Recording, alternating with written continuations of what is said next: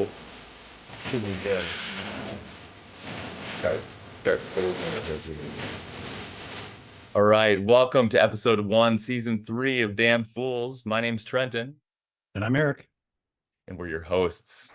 First, a shout out to Australia's AC/DC for bringing us back in black. Eric, you're a drummer. How do you feel about AC/DC's beat? I'm going to say it's like one drum beat, right, for pretty much all of their songs.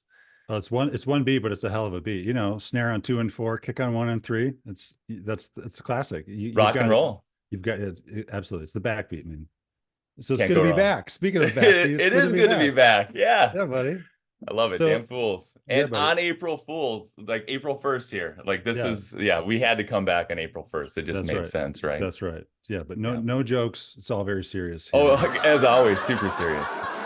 So for those just tuning in, Trenton and I get emails from dam racers all the time asking for advice, answers, and looking for any advantage that they can get to help them prepare. So we put together this Damn Fools video series to help answer them.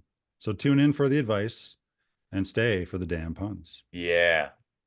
Okay, so we've had a few folks reach out asking why the dam is back. It's a good question.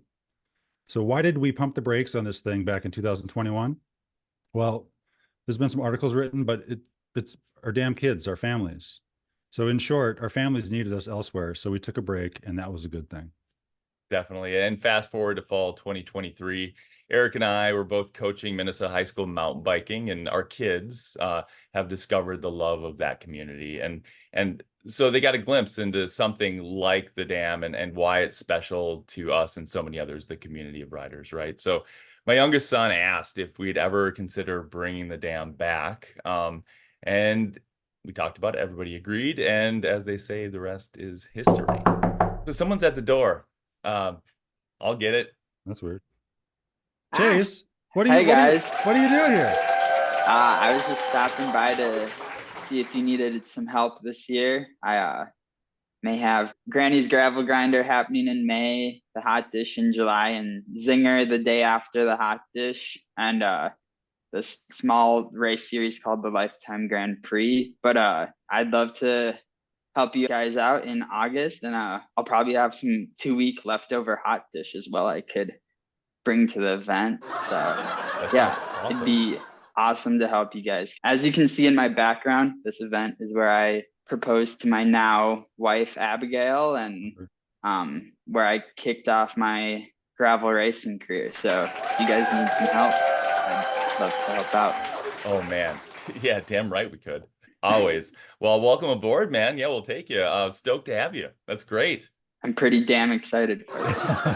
You're gonna fit right in doing stuff like that. I I'm love glad it. to hear that. Glad to hear. Well, you made it just in time because it's time for the question of the day.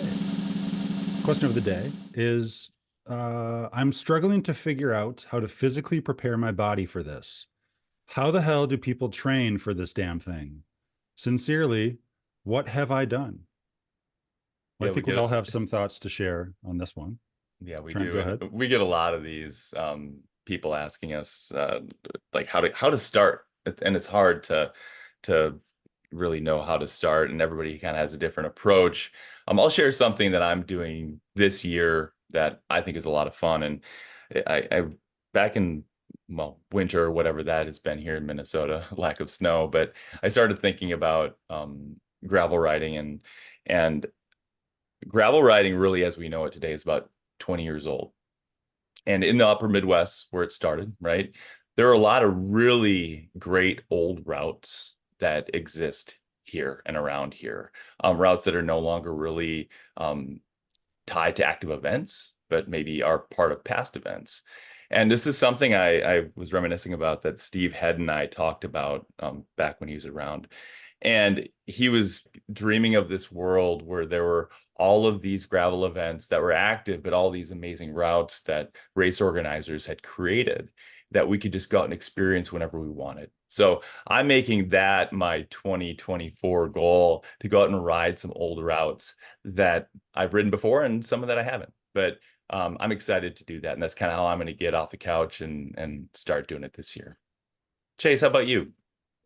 Yeah, I run work cycling services. So for me, I take a I have a coaching background, and I've helped coach Trenton too. But yeah, just to keep it simple, don't want to get too much in the weeds, but just yeah, get out on some longer rides when you can. Like, don't try to cram 5-hour rides every single weekend. Like, people have families, you gotta make time for that. So yeah, get out on a couple long rides, enjoy those long gravel routes. There's good Facebook groups out there where if you ask, you'll get dozens of responses for what's a good training route. If you do want to do some intervals, I suggest doing some 10 to 20 minute intervals, 3 to 6 reps, and just kind of go off feel. If you have a power meter, great, but you don't need that. And then also make sure you practice riding your bike with your gear setup. I've made that mistake before.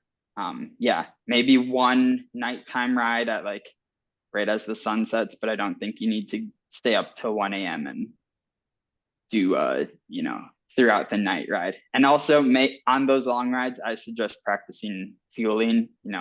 If where a lot of people are from Minnesota, you could just have some Embark maple syrup if you want to, or fruit snacks, or Morton if you want to get really fancy. But yeah, just have fun, get a couple long rides in, eat, practice your fueling.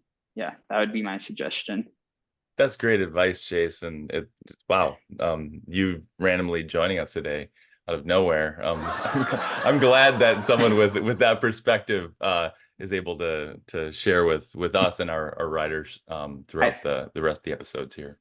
I do have coaching plans as well if people want to go more towards that way, but like, it's gravel, keep it fun. If you want to be competitive, maybe a coach is the way you go. Or if you're really nervous, there's coaching consultation, like just 30 minutes asking a coach what to do could also be helpful.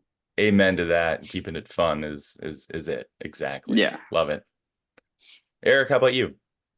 Well, talk about keeping it fun. I'm not the most serious rider compared to Trent and Chase, but for me, a lot of my success in past events has been just really through commuting. If you are able to ride your bike to work, I found that to be a huge benefit for me. Particularly if I would extend my commute, try and add or double the amount of time if I was able, the number of miles.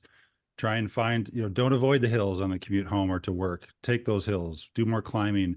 Try and make it more of an intentional ride than just a transportation ride from getting to home, going to work, going from work to home.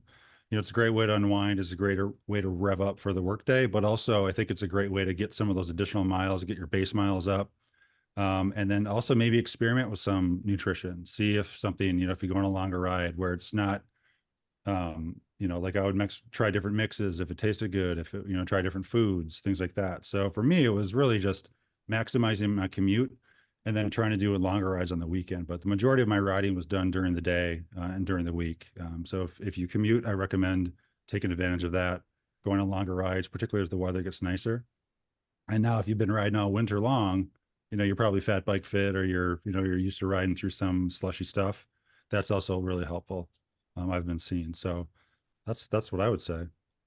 Great advice. There's no junk miles. It's all valuable. So ride your bike. Yeah, ride your bike. That's what we're doing. So yeah, so good tips, good advice. So hopefully that helps. What have I done? Figure some things out. So Chase, it's so great that you're going to be joining us this season. Do you want to do the honors and close this episode out? Yeah, registration is closed for the dam, but if you're on the wait list or want to add yourself to the wait list, the registration company Bike Reg will push you through onto the actual start list as people drop. There's also the dam Facebook group where some people may ask if they want to transfer you their spot. So that's another great place to look for a registration spot as life comes up for people and they have to drop out. So yeah, all right. Well, that's it for episode 1, season 3 of Damn Fools. Tune in again next time for episode 2. And if you've gotten a question for our question of the day. Email us at thedayacrossminnesota@gmail.com, and we'll do our damnedest to get you the answer. So we'll see y'all next time. Thanks, and welcome aboard, Chase. Round of applause. All right.